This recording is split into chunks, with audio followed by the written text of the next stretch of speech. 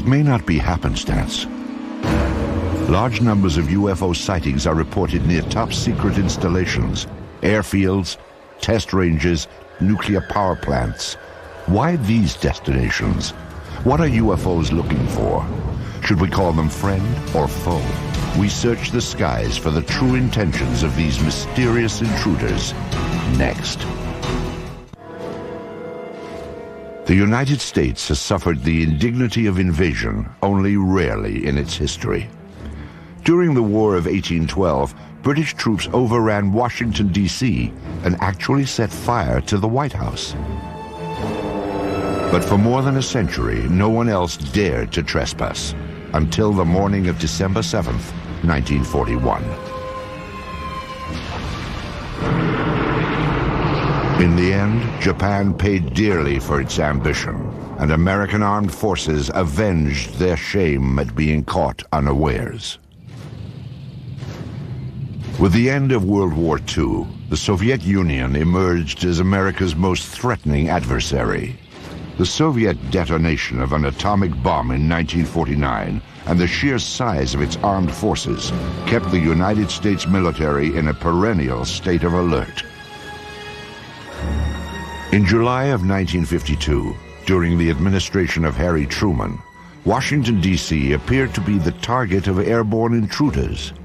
But the prowlers weren't Soviet fighter planes. They seemed to be UFOs.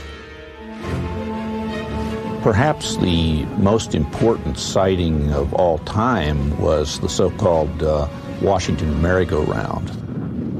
On 2 weekends in 1952, July 19 and 20, and July 26 and 27, UFOs were tracked by radar and seen by numerous individuals over Washington, D.C. and its environs. People at Andrews Air Force Base and at Washington National Airport went outside and could actually see objects in the sky that matched positions of blips on the radar scopes. And the net result of it was, for a couple days there, UFOs seemed to have had their way over the skies of Washington. On the third day of the sightings, as operators tracked the mysterious signals, curiosity suddenly turned to panic. The objects were heading toward the prohibited airspace over the Capitol and the White House itself. The Pentagon ordered jets from an airbase in Delaware to intercept the intruders. Al Chop was the Air Force's civilian spokesman on UFO issues. He was called to the radar room at Washington National as the dramatic incident unfolded. We were observing about 4 or 5 known flights and about 12 to 14 UFOs. And we saw the flight coming in from Delaware. We could see them on the radar scope, and the moment they came on the scope, all the UFOs disappeared. The fighter planes patrolled the empty skies for some 20 minutes, but there was nothing to intercept. However, when the jets returned to base, the UFOs promptly reappeared on radar. And then when they came back, after the interceptors left, the fact that they immediately came back on the scope, I was very apprehensive. Again, jets were sent aloft. One pilot reported seeing the UFOs, which he described as blue and white lights. Then he reported that they were closing in. We could also see them on the radar scope, and we could see his return and the unknowns grouping around him. And he said, "They're all around me." And then he said later on, "What shall I do?" Well, what could we tell him? After a few minutes, the UFOs pulled back and then disappeared. The standoff was over. However, the extended episode had stunned the nation. That sighting has never been adequately explained. Because it happened in Washington, D.C., it alerted everybody right on up to the President of the United States and caused a national press conference by the Chief of Intelligence of the Air Force to try to calm everybody down. We have received and analyzed between 1,000 and 2,000 reports that have come to us from all kinds of sources. Of this great mass of reports, we have, as of date, come to only one firm conclusion, and that is that it does not contain any pattern of purpose or of consistency that we can relate to any conceivable threat to the United States. General Sanford went on to explain that the sightings were merely an atmospheric anomaly, an inversion layer. Radar signals had bounced off this layer and picked up ground images of cars and buildings. Somehow, experienced radar operators at 3 different locations had misidentified them as UFOs. The press dutifully took down the story. They bought the explanations. It was still standard practice, and it was for many years, to accept whatever the government said about flying saucers, no matter how foolish it was when you looked at it carefully. The people at Washington National Airport and at Andrews were expert radar people and personnel. They'd been there for many, many years and could easily differentiate between ground clutter and true metallic objects. I mean, if they couldn't, they shouldn't have been radar operators. The senior radar air traffic controller at Washington National Airport, Harry Barnes, wrote his own account of the so-called Washington merry-go-round. He describes the objects as making right-angle turns, as hovering, as reversing their course and moving back upon their path. One radar tracked the objects as moving at approximately 7,000 miles per hour. He had never seen objects maneuver like this in his years of being over a radar scope. He didn't know what they were. There were a few others who did not believe the objects were simply a product of unusual weather conditions. At that time, I was convinced that these things were interplanetary machines of some kind, mainly because of what happened that night in the radar room at Washington National Airport. I'm convinced that those objects were real.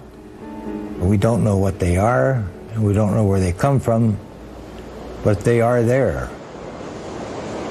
Of course, it's entirely possible that the military didn't really believe its own explanation of the UFOs.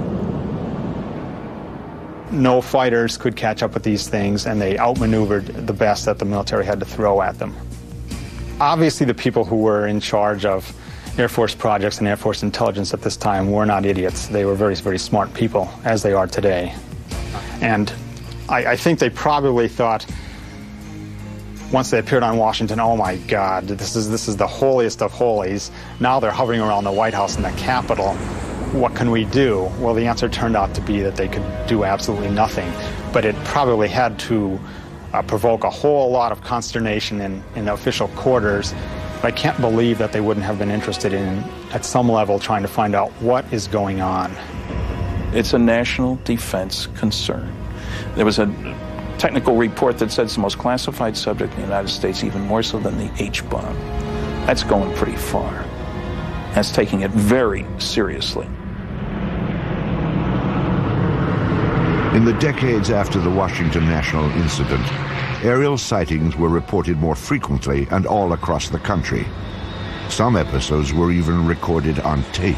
Dark 05, 327.1, 327.1. On March 25, 1995, 3 crew members on America West Flight 564 saw something unusual in the sky over Bovina, Texas. Cactus 564, go ahead. Yeah, off to our 3 o'clock. Get some strokes out there. Can you tell us what it is? Right now, I don't know what it is right now. It was 10:25 p.m. and the plane was cruising at 39,000 feet. The crew kept their eyes on a large object with flashing lights, visible below them. When they turned west, the object turned too. Here is the actual conversation between the flight's first officer and air traffic control. 564, did you pay that object at all on your radar? Cactus 564, no I don't. And talking to the 3 or 4 guys around here, no one knows what that is. We've never heard about that. But nobody's painting it at all? Okay, Cactus 564, say again? There's nothing on the radars on the other centers at all on that particular area, that object that's up in the air? It's up in the air? Affirmative. No. No one knows anything about it. Eventually, the object moved in front of an active thundercloud. When lightning flashed, the crew got a better look. What's the altitude about it? I don't know, probably right around 30,000 or so, and it's with a drill that starts them going counterclockwise, and the length is unbelievable. The airline crew was seeing something that ground radar was not picking up. Air traffic controllers alerted Cannon Air Force Base in eastern New Mexico to check if military aircraft, or perhaps weather balloons, were known to be in the area. Cannon 21. Cannon, go ahead. Hey, do you guys know if there was anything like a tethered balloon or anything released that should be above tie band? No, we haven't heard nothing about it. Okay. Guy at 39,000 says he sees something at 30,000 that the length is unbelievable and it has a strobe on it. Uh-huh. This is not good. Okay. What does that mean? I don't know. It's a UFO or something. It's that Roswell crap again. The desert just outside Roswell, New Mexico, was the site of a mysterious aircraft crash in July of 1947. Some 50 years later, the name Roswell had become synonymous with UFOs. And like Roswell, the experience of Flight 564's crew is still unexplained. Though crew members stick to their story, they prefer to remain anonymous. There's a lot of confusion, a lot of hesitancy about even reporting something like this, even in FAA, even in military. They're going to think we're crazy. I don't want to be grounded. I'm risking something here. And a lot of airline pilots feel that way too. Why should I report this? I don't want to be under a medical microscope here. I'm not losing my mind. Airlines don't like to employ people who see strange things. If you have a reputation in your company or your Air Force squadron as being the guy who saw the UFO from your F-18, I'm not sure I want to fly wing with him, you see. It's a subtle thing. Again, it goes back to denial. It's easier just to deny it and say, all right, he's an oddball. Or she just saw something that just couldn't be seen, so she's probably not as reliable as she should be. The fear of ridicule or retribution has kept many UFO eyewitnesses silent. Still, some do step forward, at times with extraordinary revelations.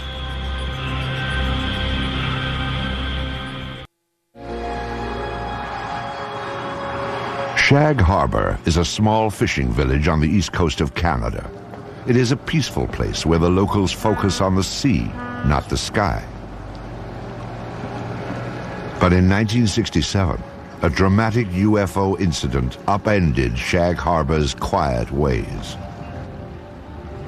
It was October 4th, 1967, when two of the townspeople en route to their homes spotted something strange above the tree line. My friend and I were talking as I was driving, and all of a sudden my friend said, look at those lights in the sky. When we first seen them, they looked like they were stopped. Of course, we was driving in the car and we couldn't tell if they were stopped or if they were moving or what they were. And after we lost sight of it and we went around the corner, we gained sight of it for a few more seconds, then we lost sight of it again. I know I was scared when I first got out of the car because I wasn't very long getting into the house, like to get my father and get him to come out and have a look at it. And I was kind of hoping that it would stay there long enough for him to see it, and it did. And I come home and I told my mother about it, and first question, of course, was you drinking? And I said, no, I don't think so. Smith and Kendrick weren't the only ones to see the strange lights. Many of the locals watched as they flickered off and on. Suddenly, the luminous object turned on its side and plummeted into the harbor waters. Eyewitnesses rushed to notify the Royal Canadian Mounted Police, or RCMP. The people who initially arrived on the scene, the civilians who were called in to aid the RCMP, concerns were for survivors.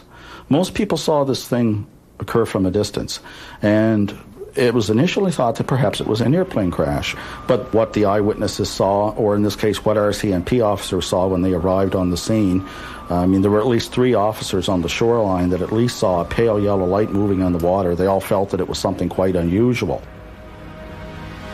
The RCMP officers were not alone in observing the mysterious object. They were surrounded by a small gathering of spectators. And we all seen it, the police seen it, and everybody was, I guess, startled by it, and none of the people that were there had ever seen anything like it before. And I know I hadn't. The witnesses stood and stared, mesmerized by the strange light on the water. Then, just as suddenly as it had appeared, the light vanished. A Coast Guard cutter was summoned, but local fishermen, already on board their vessels, headed for the spot where the light had last been seen. They were looking for survivors, but the only clue that anything had happened that night was a thick layer of an unknown substance. There was a great bubbly foam, and it was yellow, nothing I had ever seen before. You couldn't smell no odor or anything, and we went about probably 3 lengths of the boat, and we ran out of it. And we turned the boat around, and came back into it, and we ran out of it again. The foam, like the lights, eventually disappeared. When it was obvious there was no further sign of distress, the search ended for the evening. By the following morning, the RCMP had already made contact with nearby military bases. They were hoping to find a reasonable explanation for what they'd seen. There was none. This left the small town of Shag Harbor to become big news. It's a headline story throughout the North American press and beyond. And in that, it was said quite clearly, there were statements made by personnel at Canadian Forces headquarters in Ottawa saying that, yes, indeed, we are searching for the crash of what we believe to be an unidentified flying object. This is one of those rare cases where something indeed real has gone into the water, and it's not an aircraft, and it's not space junk. This was an official statement. Canadian Armed Forces clearly stated that the object was officially a UFO. But the question of where it went after hitting the water was still a mystery. Canada's Department of National Defence was determined to find out. Military authorities ordered an underwater search. Within hours of the sighting, a Navy diving team was bobbing off the shores of the tiny fishing village, scanning the harbor bottom for debris. Meanwhile, Shag Harbor residents were stunned by what was happening in their small town. Those who had been the first to witness the lights were quickly gaining notoriety. Everybody teased me a lot about seeing Martians and all this stuff, but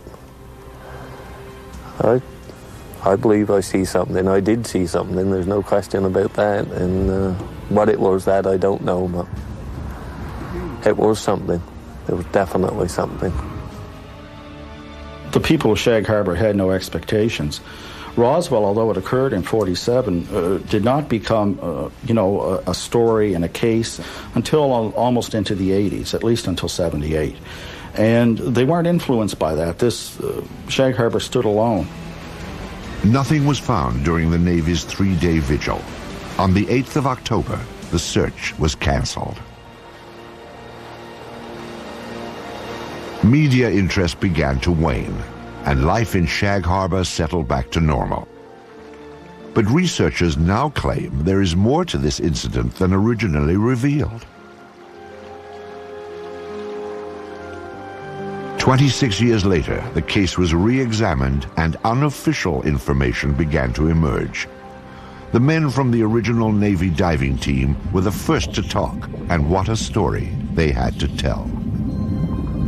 These men are claiming that there was a second operation, and their story has been corroborated by other Armed Forces personnel, that this UFO did not stay in the Shag Harbor area, but got away under the water and went up the coast and came to rest near Government Point. Now, at Government Point, you have a secret base. In those days, it was an American base on Canadian soil. To have an unidentified craft of any type sitting very near this facility and on some of their detection equipment would be a matter of extreme concern. The Shelbourne military base at Government Point is now closed, but at the time of the sightings, it was a first line of defense against Soviet threats. Here, American forces monitored for submarine activity using a sensitive underwater grid. According to the unofficial story, an object triggered the detection device and a flotilla of Navy vessels responded. From our best information, 6 to 7 ships camped over the object for about a week, keeping an eye on it. Divers went down on it.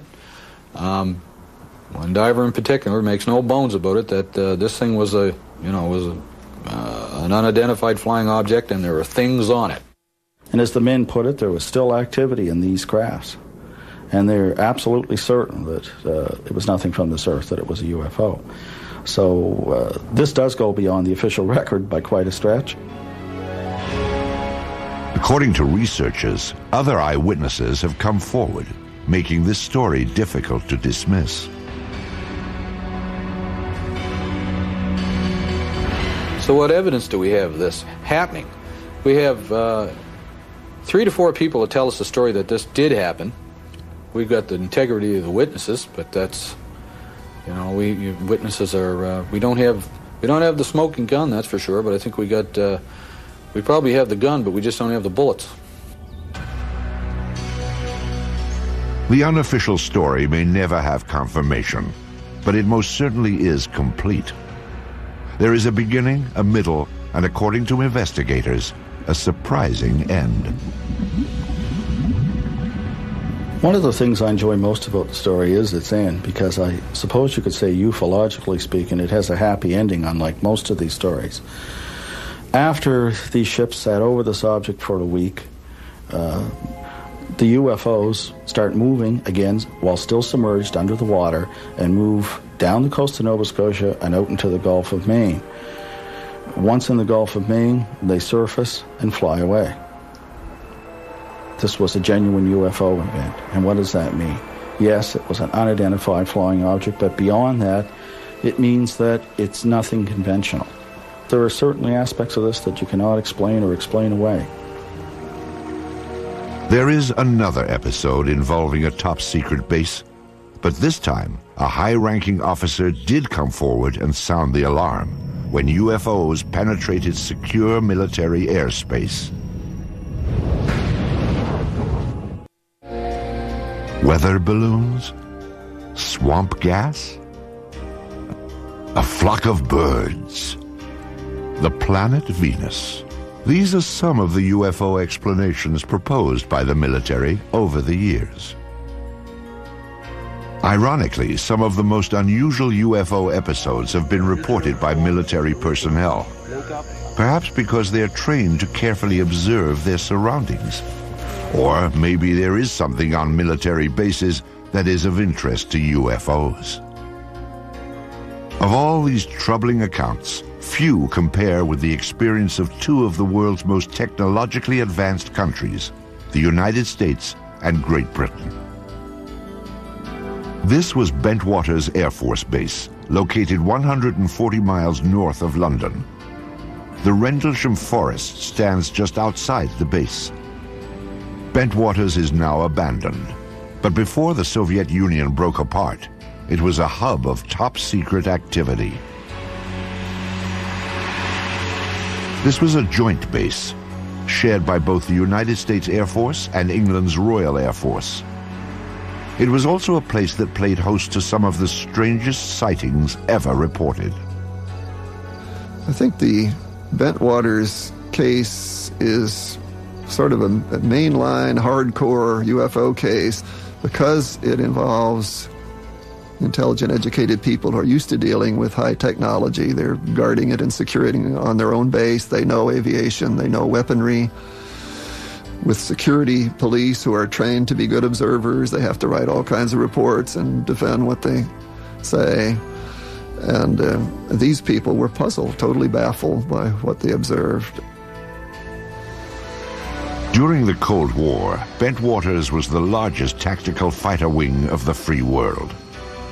Perhaps its most noteworthy period came in December of 1980, when both the military and the local townspeople watched a dramatic UFO episode unfold. Some say it even rivals the Roswell incident of 1947.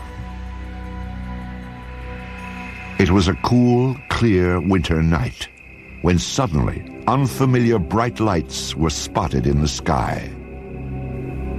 They sort of went up and down and moved sideways. They went this way and that and moved about. And this was fascinating. So I opened the front door and walked out into my front yard and to get a better view. And my house was right at the end of the runway.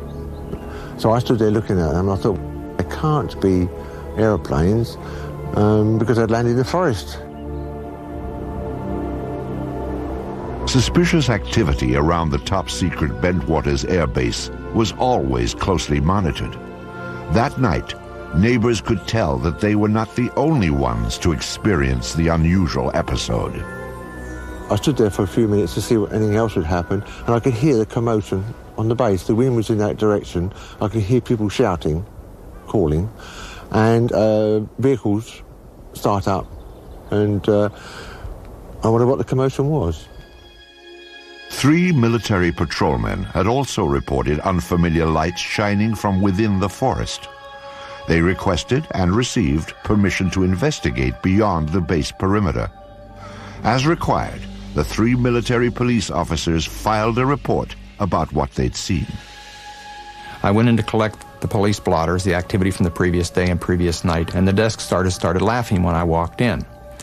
And I knew something interesting happened. And he told me by name the 3 individuals and said they were out in the woods chasing UFOs all night, and laughed, as though he didn't believe it. The sighting became a hot topic on the base. Though it was a source of amusement at first, the incident was taken somewhat more seriously as the hours ticked by. There was concern in the powers to be, so to speak, on the base, not so much from the incident that occurred, but the ramifications and the distraction, I guess is the best way to put it. Because a lot of those security policemen were guarding some very, very important materials and had a very, very responsible job. In order to get the base back to normal, the military brass dispatched a team of their own police to investigate. They hoped to find a reasonable explanation for the strange lights. But what they found only heightened concerns. The next day, several of the police went out to the area and did find indentations on the ground, and they called the British PCs, the British police, who came out and wrote it off as hens nesting and rabbits burrowing. The interesting thing is there were 3 depressions which were equal distance apart, and they were all the same diameter, and the ground had been depressed the same depth. Quite interesting. But the story did not end there. 2 nights later, the object returned. An American military team responded, setting out towards the forest. This time, investigators brought a Geiger counter to check for radiation, plus cameras and a tape recorder. Here is the actual recording of Colonel Halt as he encountered the mysterious object near Bentwaters Air Base. I saw a yellow tinge in it too. Weird. It appears to be maybe moving a little bit this way. Yes, it's better than it has been. So, it's coming this way. It is definitely coming this way. The pieces of it are shooting off. There is no doubt about it. This is weird. Suddenly the object, the red object, started dripping like molten metal, just like coming out of a crucible.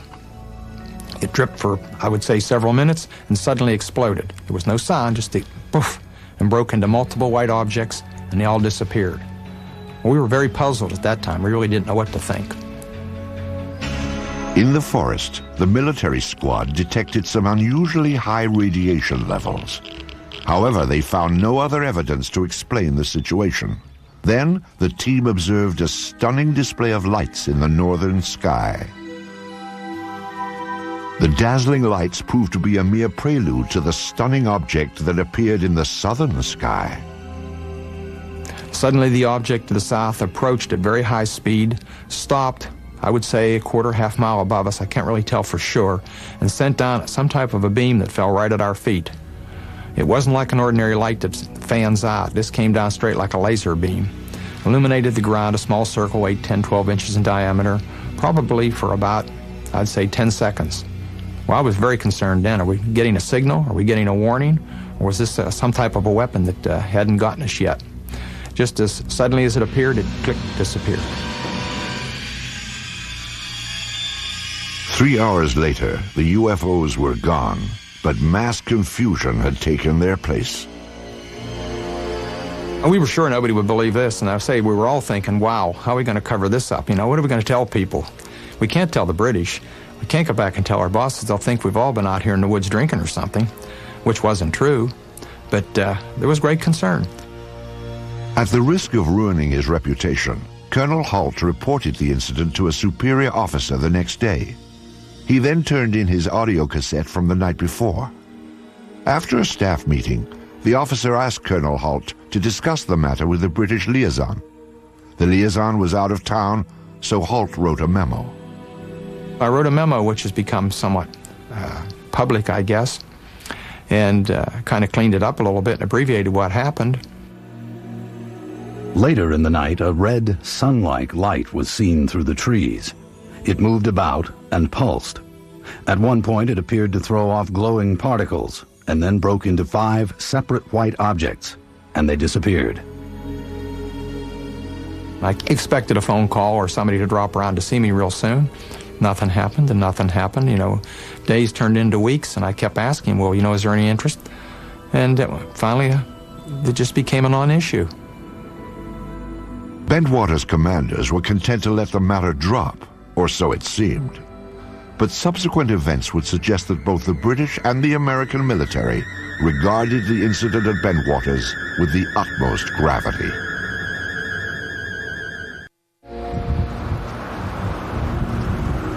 Shortly after Christmas in 1980, a series of bold UFO approaches apparently challenged the security of a top-secret airbase north of London.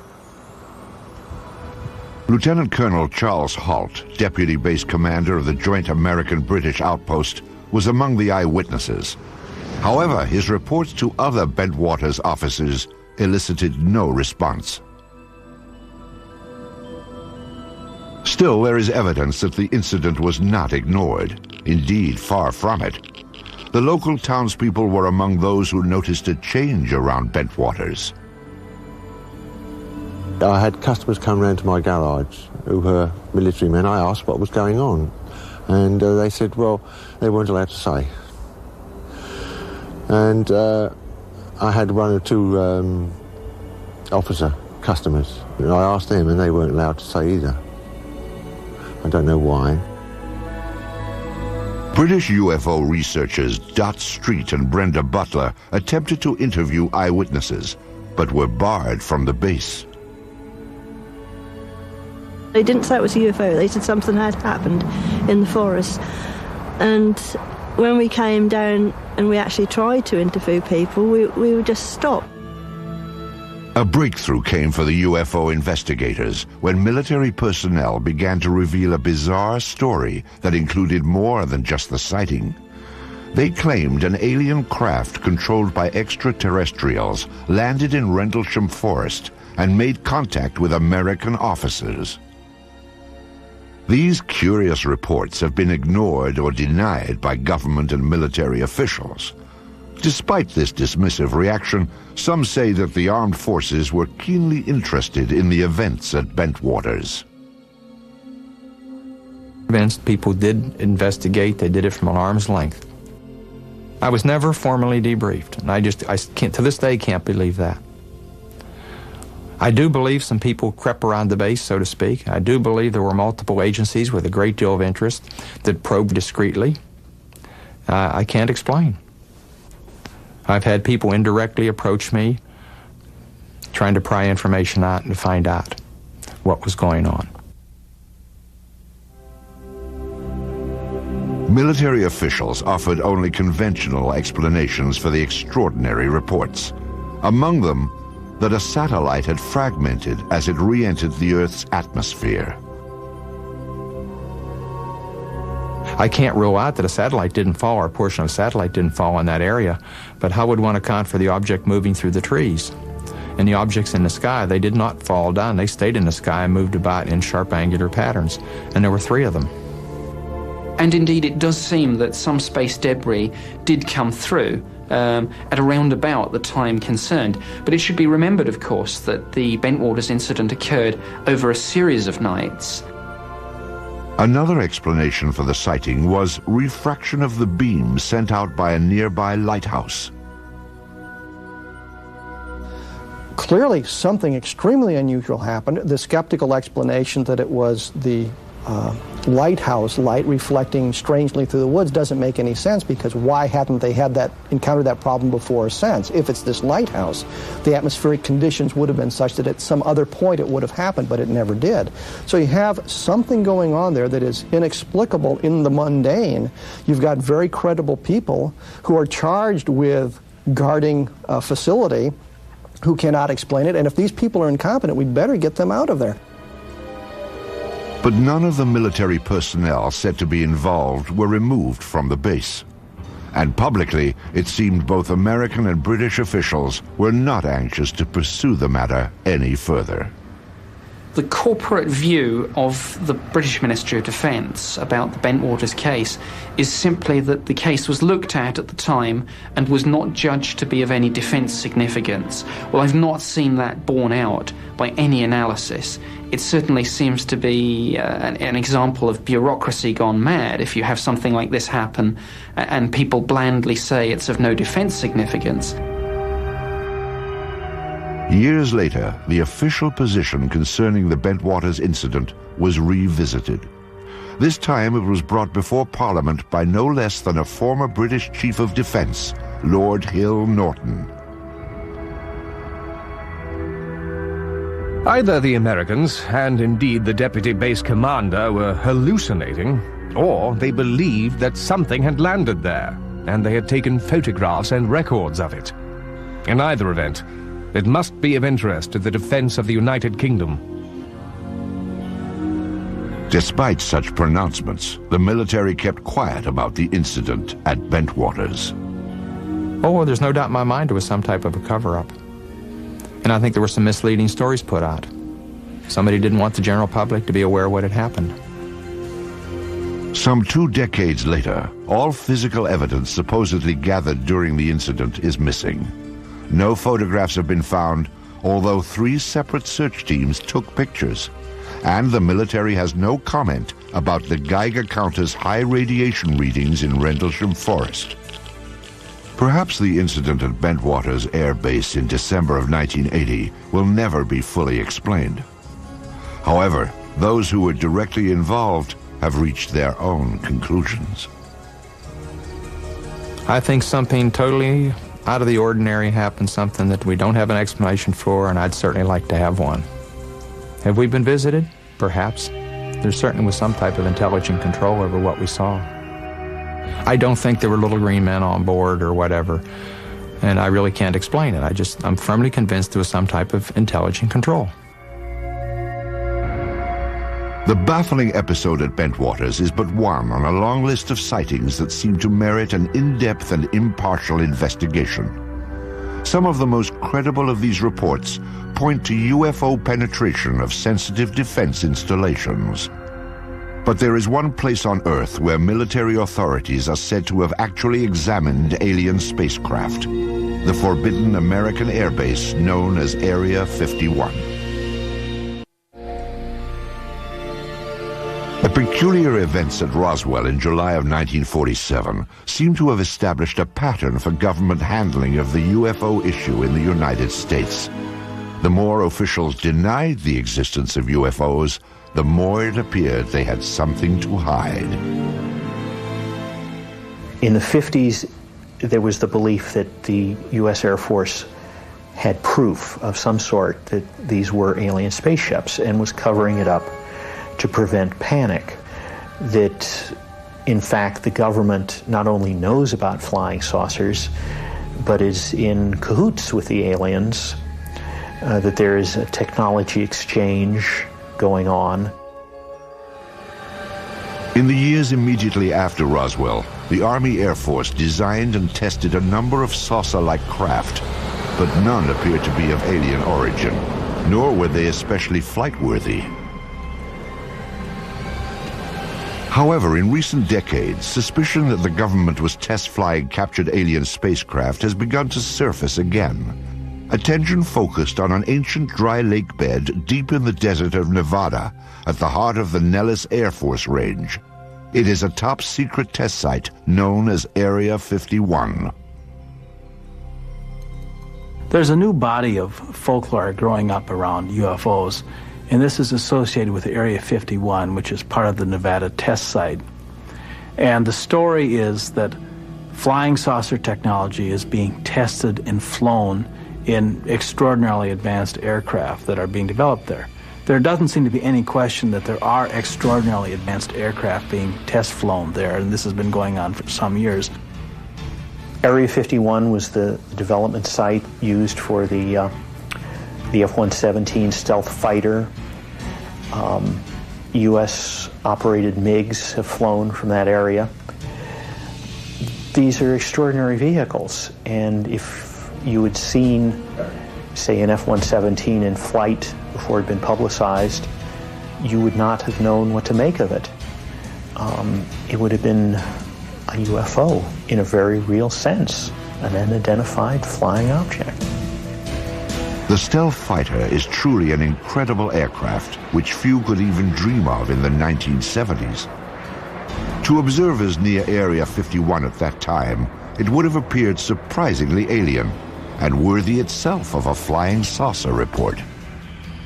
What's really interesting is that as long ago as 1947, people were reporting the boomerang-shaped UFO, which now looks very much like what is being flown as part of the stealth technology. It is interesting that certain kinds of aircraft that undeniably exist look very much like what people reported as UFOs for many years. Some believe that the source of such technology is alien. If it is, then many trace the source back to Roswell in 1947 and the government's supposed cover-up of the spacecraft that crashed there. The sensational UFO stories associated with Area 51 have made this remote site a mecca for the curious. Visitors to this spot are monitored from the restricted airspace above and by ground vibration sensors that detect their unwelcome approach. The surrounding mountaintops hold still other devices that scan for any movement below. Once they are alerted, private security forces move in to discourage the curious from getting closer.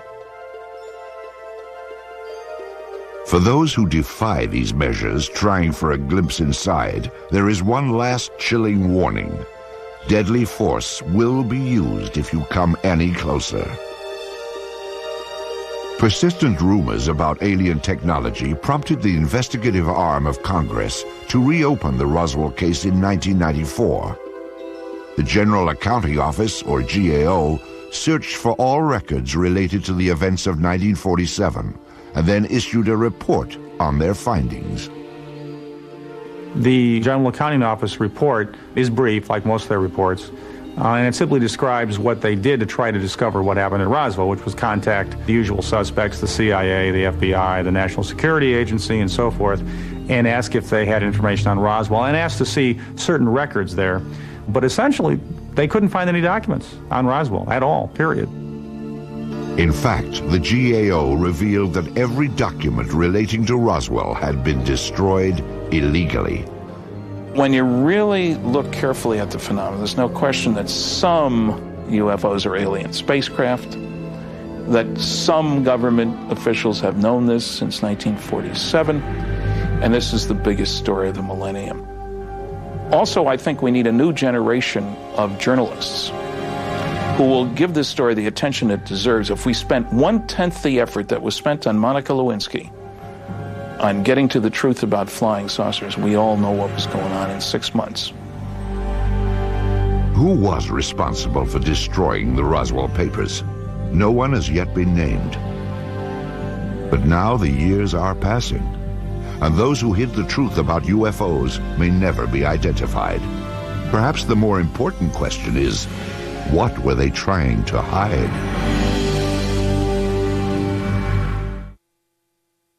1740.